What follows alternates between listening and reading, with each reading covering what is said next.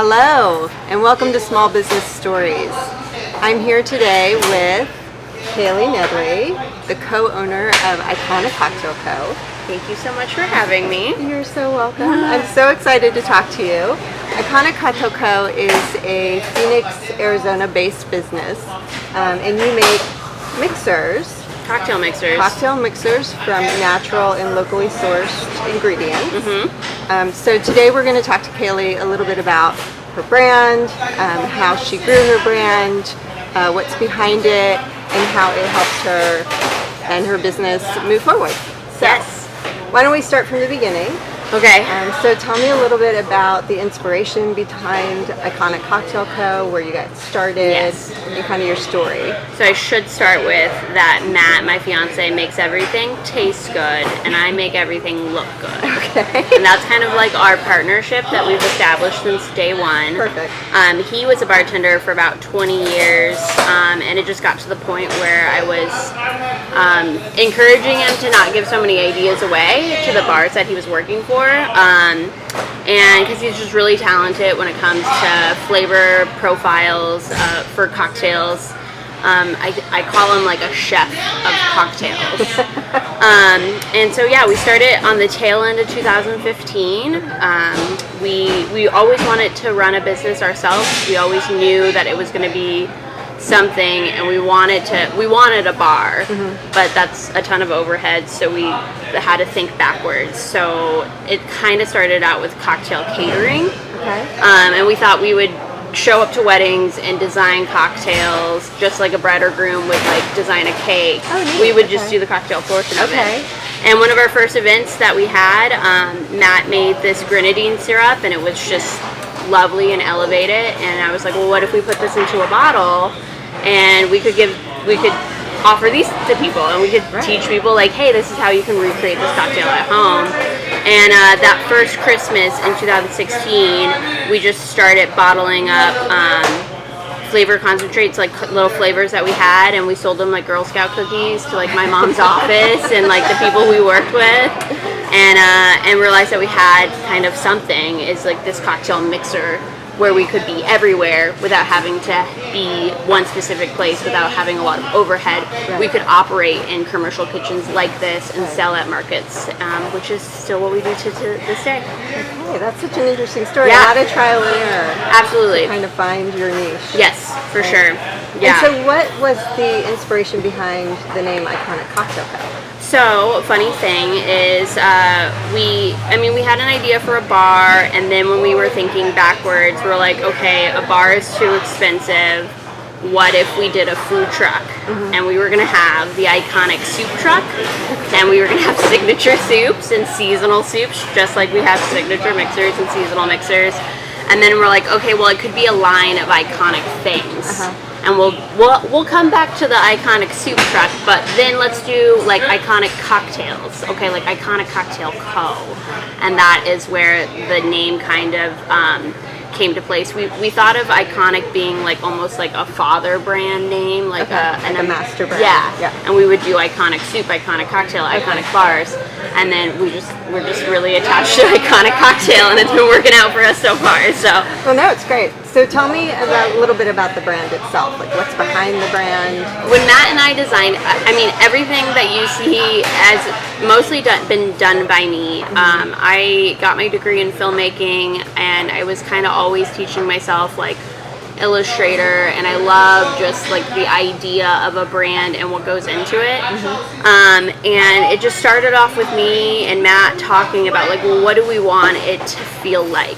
And we always wanted to feel like it was something that's always been around. Okay.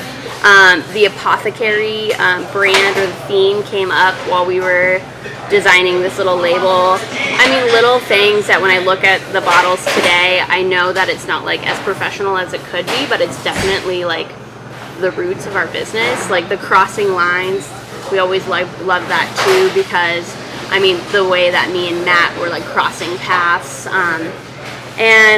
So yeah, I mean, I just like opened up my computer and whipped together a few ideas, and we ended up on that logo, and it's still our logo today. Well, it looks great. It kind of drives me crazy. Why? What are some of the things you didn't think about when you were creating it? I think like seeing it on everything. Like that was the one thing that was crazy about it. Like we needed a logo because we needed a business card. Right. I'm like, okay, like we'll problem solve. Let's get a logo. Okay, here's our logo. Okay, here's our business card. Now what? And then we needed a label, and so we just like threw it on the label. And then ever since then, we've just kind of like had the same rendition of our label, like over and over again. Our branding actually started, like our whole goal for our brand was we wanted it to be really easy to like make flavors on the fly, whatever we wanted. Yeah, so our yeah. first brand was actually completely blank right here, and I had an old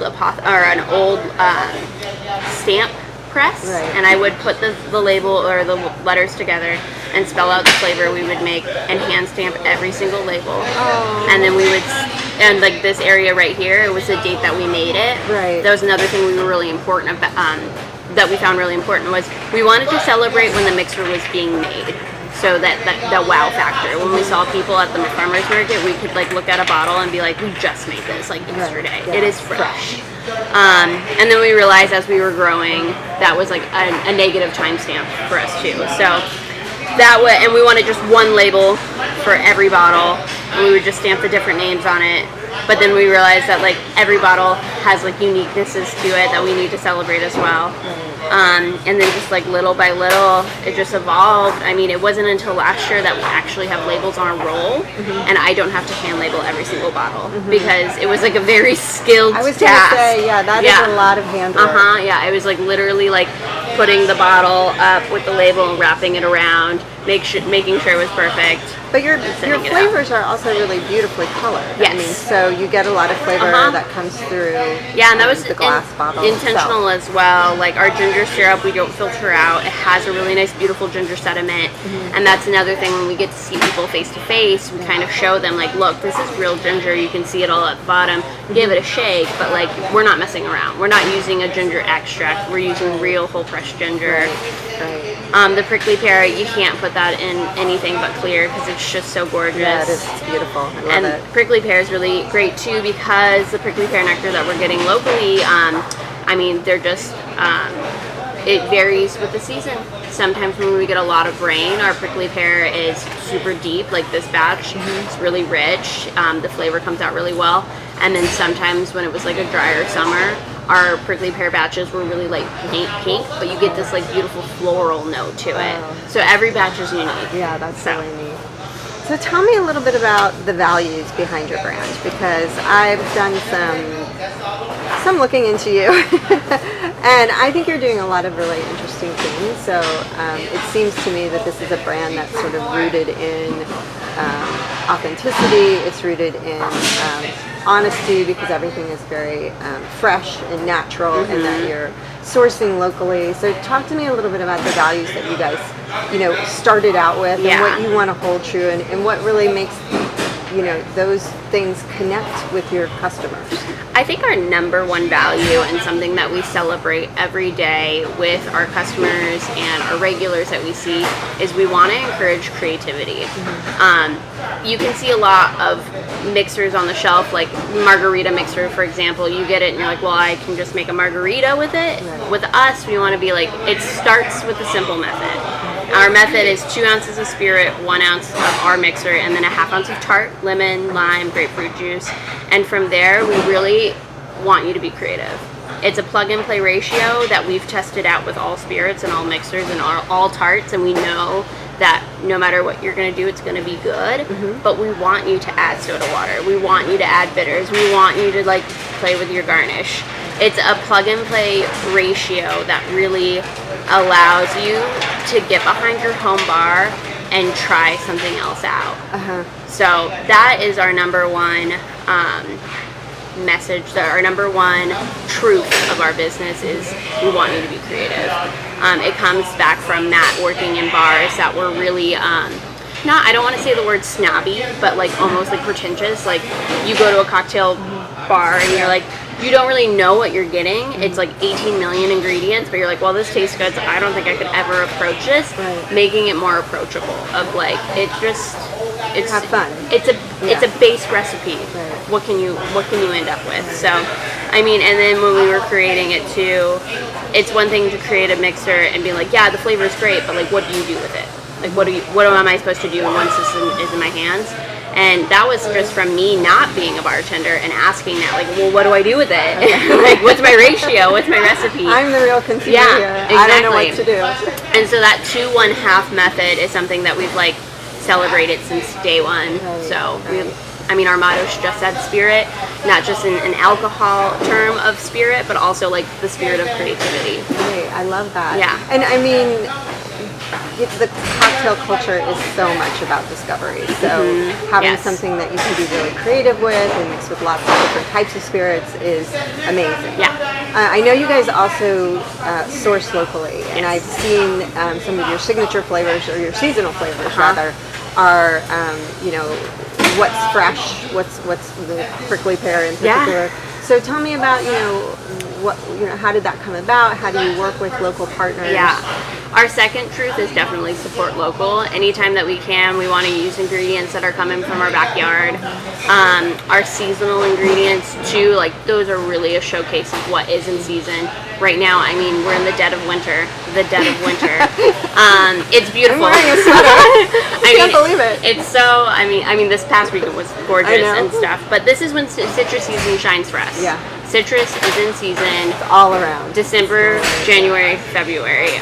And that's one of the benefits of working at the farmers markets every weekend. We meet these farmers face to face and they tell us what they have.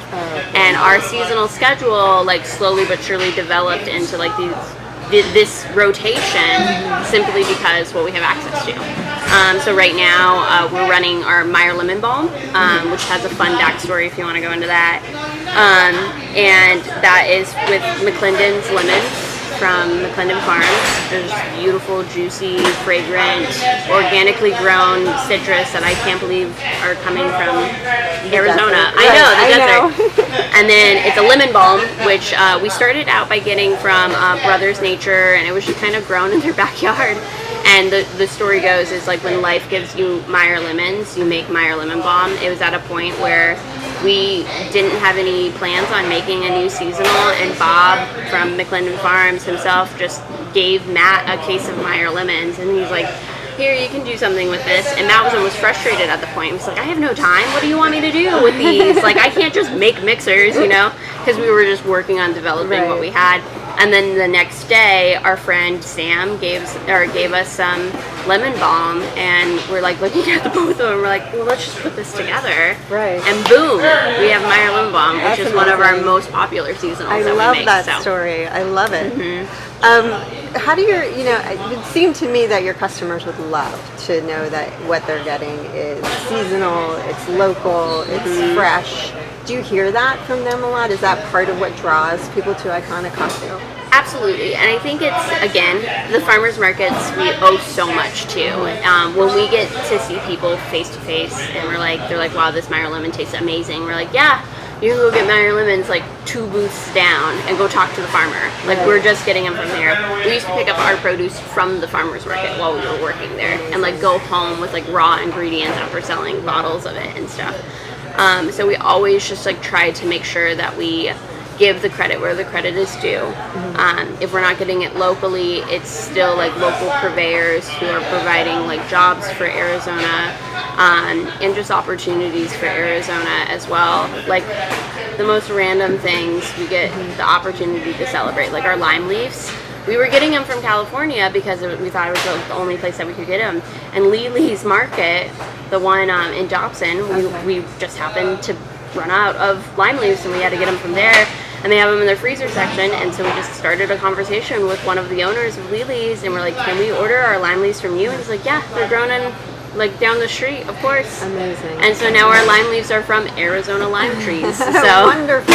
Yay. Yeah. More Arizona in every bottle. Yeah, absolutely. I love that. So 2020, what are the challenges that you guys are up against, and what are your plans? I think for our brand and what we were doing, like just to circle back to our start, we wanted to open a bar, and we've always been like, well, Iconic is cool, but we want to open a bar.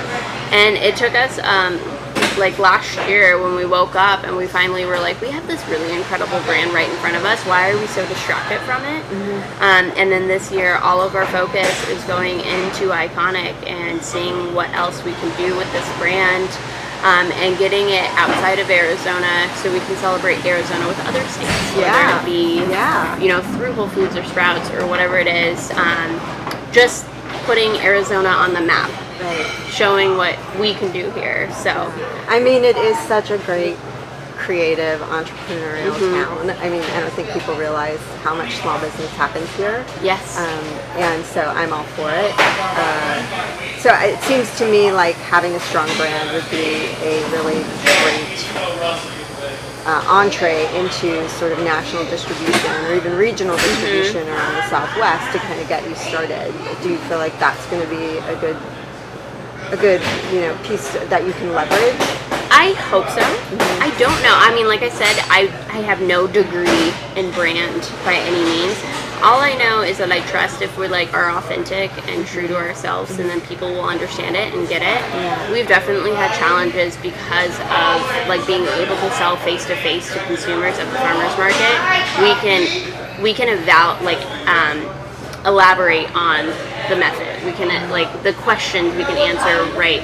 And when the mixer goes onto a shelf and we walk away from it, it's is the customer getting that same experience when they pick it up? Like when they read the bottle, are they inspired? Are they excited? So those I think that are the questions that we're answering this year without being so distracted from other opportunities.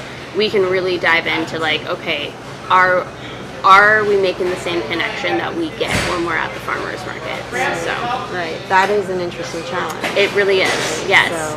I think it has a lot to do with getting people onto our website, offering just a plethora of information when it comes to the mixing at home, the how-tos, and giving our recipe page on our website we're really excited about because it's sorted in such a way where you can just select the season, and when you select the season, all the cocktails that go with the season are available. Or you can select your base spirit, okay, I'm working with vodka, what can I make to just inspire people? Or even just tapping into your brand community, right? Yeah. And getting them to talk about it and share, the creative things that they've done. Do you have that going now? Yeah. Social media is great for that. When people tag us in recipes, we always want to reshare them.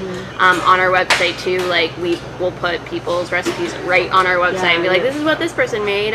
Okay, your blog is insanely good. Thank you. It's so beautiful and it's so inspiring. I love the cocktails. Yeah. Especially the strawberry dipped in red peppercorns. That was a really fun one. Who would have thought of this? Yeah. And then it's cool to see the growth of it too, because like I said, Matt's a bartender. I haven't even been a bartender in my whole entire life, and when I'm developing these recipes for the blog, a lot of it's coming from my brain now. Right. So it's almost proof that it works.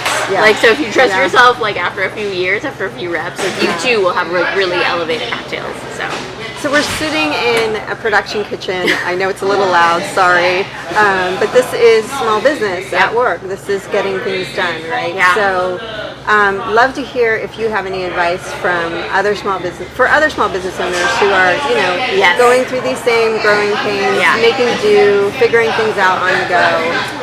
Growing organically was the reason why we got into this noisy space that we're in right now. We could throw a bunch of money and have our own shiny location that's beautiful or whatever, which would be ideal, but that wouldn't be realistic for us, and we wouldn't be able to understand the growing pains as we approach them. Yeah. Slowly but surely our batches are getting bigger. At first the batches were made, we could make them out of our home kitchen. Now we can't do that. We need to spread out a little bit. I believe in the goldfish theory too. You can only grow as big as your space, and that's what we get the opportunity of being in this space. It's probably, 200 square feet bigger than the space we were before, so it's not that big, but there's definitely more opportunities that we have in this space that allowed us to stretch our limbs a little bit more. Yeah. So growing organically is number one, the one thing that I always recommend. You gotta crawl before you can walk, you gotta walk before you can run, because you just get into like you run into problems. You know, like if tomorrow now like we're in a position, if we got those big like full food accounts, we could produce it, we would still have problems even after 4 years of doing it.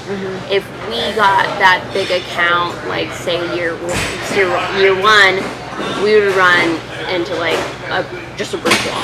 Right, so getting the reps underneath our belt little by little. So I mean, it's something that can be frustrating, and yet at the same time it's probably that like good for you medicine to take it slow, take it step by step, and just grow where you are. And we got those advice too from asking other businesses who were just a little bit ahead of us. Asking them like, well, what are you doing? I mean, we got warned from other businesses like, be careful. Like once you get into those big accounts, like can you keep up? So that's keeping up is the number one. Good advice. And I'm sure you have a lot of friends at the markets because I see a lot of the same folks there week by week. And by the way, if you do visit Arizona, you have to go to our farmers markets. They're amazing. They are the best. The weather's great. It's great because they do run year round, a lot of them. It is a little warm over the summer, but Uptown Farmers Market moves indoors, which is such a relief. The Gilbert Farmer Market starts a little earlier to like relieve some of the hot hours on us. The Phoenix Public Market is shaded. There's air conditioners, and honestly too, I feel like the summer is where you're gonna find the hidden gems. It's like you find the people who get the opportunity to start at the farmers market because there's people who take off, and it's like the times where these makers in Arizona are really trying to figure out like, okay, what can I do? Like I have time because we're not getting ran over by the holiday season, and there's just more opportunities. That's when we make our really cool like one-off batches that you can only find at the farmers market. Okay, well that will keep me coming back. Exactly. Okay, I want to ask you for some inside scoop now. Absolutely. I want to know, what is your favorite flavor? Ooh, it's like asking me. I know your favorite child. Kid. Yeah. I knew you were just I think you have to pick. So Kaylee's choice. Fun fact about me too. I actually just chose a life of sobriety this year, so I've been celebrating the mocktail far more than I like. I mean, I have cocktail recipes in my back pocket to like last me for years.